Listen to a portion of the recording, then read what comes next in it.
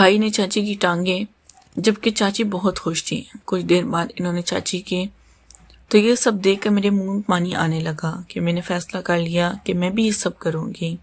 इसी वक्त मेरा नाम फजीलत है, मेरी उम्र 18 साल है। हम लोग लाहौर रहते थे। मेरे अब्बू लाहौर में मुलाजिम थे। मैं सबसे छोटी थी। अगर अपनी बात करूं तो मेरा फिक्र बहुत पुरकशिश था और मेरे से पहले मेरा एक बड़ा भाई था। मैं काफ़ी खूबसूरत थी और मेरा भाई भी बहुत प्यारा था। मैं अपनी शक्ल सूरत पर इस पर ही गई थी। मेरा हुस्न भी काफ़ी बाकमाल था। मैं बहुत जवान दिखती थी। ये जवानी मुझ पर अचानक ही आई थी। मैंने सोचा भी नहीं था कि मेरी ज़िंदगी में एक ऐसा पल भी आएगा।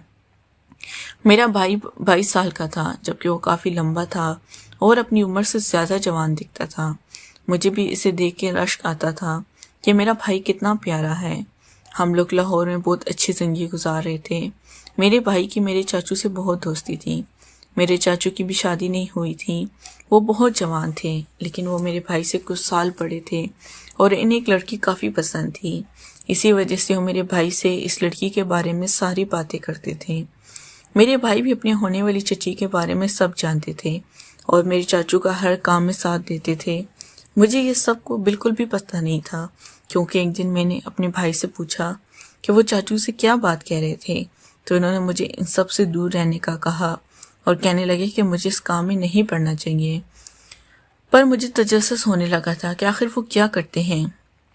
एक दिन मैंने छुप कर अपने भाई का मोबाइल चेक कर लिया। इस मोबाइल में मेरी होने वाली चची की काफ़ी अजीब सी तस्वीर थी, जिसे देखकर मैं शर्म से पानी पानी हो गई थी। मैंने इनकी सारी बातचीत भी पढ़ ली थी और हैरान हो गई कि वो ये सब बातें करते हैं, लेकिन मुझे उम्मीद थी क्योंकि वो आपस में एक दूसरे के गहरे दोस्त थे। इनकी बातों से लगा था कि भाई भी चची को जानते थे। मेरे अब्बा की मेरे चाचू से इतनी नहीं बनती थी, क्योंकि वो कहते थे कि मेरे चाचू बहुत कमज़ोर हैं, पर मेरे भाई ने छुप छुप कर इनसे बात करने की आदत डाली थी और मैं भी ये बात किसी को नहीं बताती थी, क्योंकि मेरे भाई ने मना किया था। कुछ दिनों के बाद ही हमें खबर मिली हमें भी जाना है। मेरे भाई ने मुझे बताया कि इनका रिश्ता इसी लड़की से हुआ है। मैं हैरान हो गई कि हमारी इतनी प्यारी चची होंगी। मैं और भाई शादी पर जाने के लिए तैयार हो गए। हम लोग खानपुर से लाहौर आ गए, क्योंकि मेरे चाचू खानपुर होते थे। मेरे भाई और चाचू आपस में बहुत शुगल लगाते थे, क्योंकि अब शादी में एक माँ बाकी था। वो दोनों ही एक रूम में सोते, पर मैं अलग रूम में सोती थी। अपने चचा के साथ बहन के साथ ही रहती थी। कुछ ही दिन के बाद हम लोग अपनी चाची को अपने घर ले आए। वो चाचू की शादी हो गई। मेरी चाची बहुत ही नाज नखरे वाली थी। वो भला की खूबसूरत भी थी। इनका फिगर बहुत ज़्यादा अच्छा था। हुस्न में तो इन्होंने मुझे भी पीछे छोड़ दिया था और आते साथ इन्होंने तरह तरह की फरमाइशें करके सारे घर को अपने सर पर उठा लिया था। घर वाले भी नई नवेली दुल्हन समझकर इनकी हर बात मान रहे थे। अचानक चची ने कहा कि वो रात एक 5 स्टार होटल में गुजारेगी। भाई चाचू पहले तो हैरान हुए, पर इन्हें बहुत जल्दी थी। वैसे वो भी तैयार हो गए। रात वो होटल में गुजार लेते हैं। मेरे भाई ने मुस्कुराकर इन्हें गुड लक कहा और वो दोनों होटल में चले गए। मेरे भाई ने चाचू को कहा कि वो सूरत हाल से आगाह करते रहें, ताकि भाई को भी खबर वगैरह मिल जाए। मुझे भी इन सब चीज़ों का इल्म था, पर मैं चुप रही थी। अगले दिन मेरे चाचू चची वापस आ गए थे, पर मेरी चची का मूड बिगड़ा हुआ था और वो किसी से सीधे मुंह बात नहीं कर रही थी और बहुत ज़्यादा चिड़चिड़ी हो गई थी, जबकि मेरे चाचू सबसे मुंह छुपाते फिर रहे थे। मेरे भाई ने चाचू से बात करने की कोशिश की, पर चाचू कुछ भी नहीं बता रहे थे। इतने मेरी चाची ने सब घर वालों के सामने चाचू का पोल खोल दिया कि वो इन्हें खुश नहीं कर सकते। हम सब लोग परेशान हो गए। मेरी चाची ने शोर मचाना शुरू कर दिया कि इनके साथ धोखा हुआ है।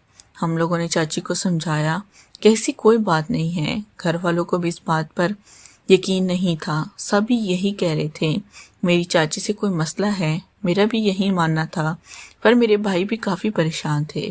इन्होंने चाचू से बात करने का फैसला किया ताकि बात की गहराई मालूम हो सके। चाचू ने यही कहा कि चाची बिल्कुल ठीक कह रही हैं और वो फ़राइज़ अदा करने में नाकाम रहे। मुझे भी झटका लगा, पर चाची ने सारे घर में बात फैला दी और चाची का मुंह बंद करने के लिए कुछ न कुछ करना था, वरना उन्होंने सारे ख़ानदान वालों को बता देना था। इस तरह मेरी चाचू की बदनामी हो जानी थी। मेरे भाई ने मेरे चाचू की मदद करने का फ़ैसला किया और मैं ये सब सुन रही थी।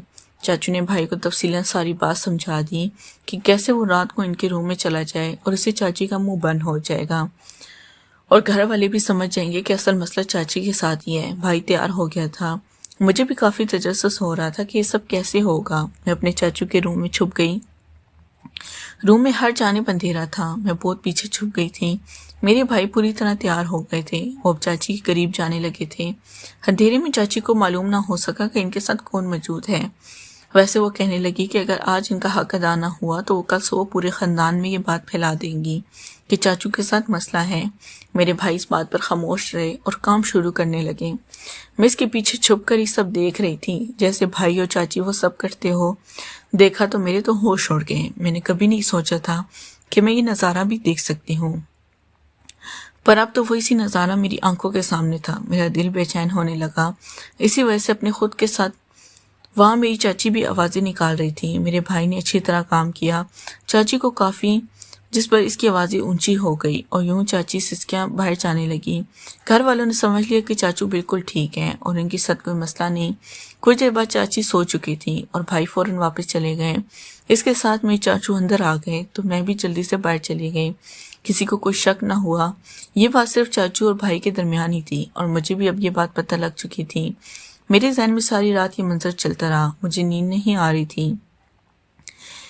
मुझे अच्छा नहीं लगा। मेरे दिल किया कि भाई को सारी बात बता दूं कि मैंने इन्हें चची के साथ देख लिया है, लेकिन मेरे भाई अच्छे थे। मैं ये सब इनके साथ नहीं कर सकती थी, पर मेरी ख्वाहिश जागती रही। अगली सुबह मेरी चाची काफ़ी खुश थी। इन्होंने सारे घर वालों से माफ़ी मांगी। चाचू को बहुत बुरा कहा। घर वालों ने इन्हें माफ़ कर दिया और मैं चाचू परेशान हो गए कि वो आगे आने वाली ज़िंदगी के साथ कैसे गुजारेंगे। कल की रात उनकी गुजर गई और भाई ने इनका साथ दिया।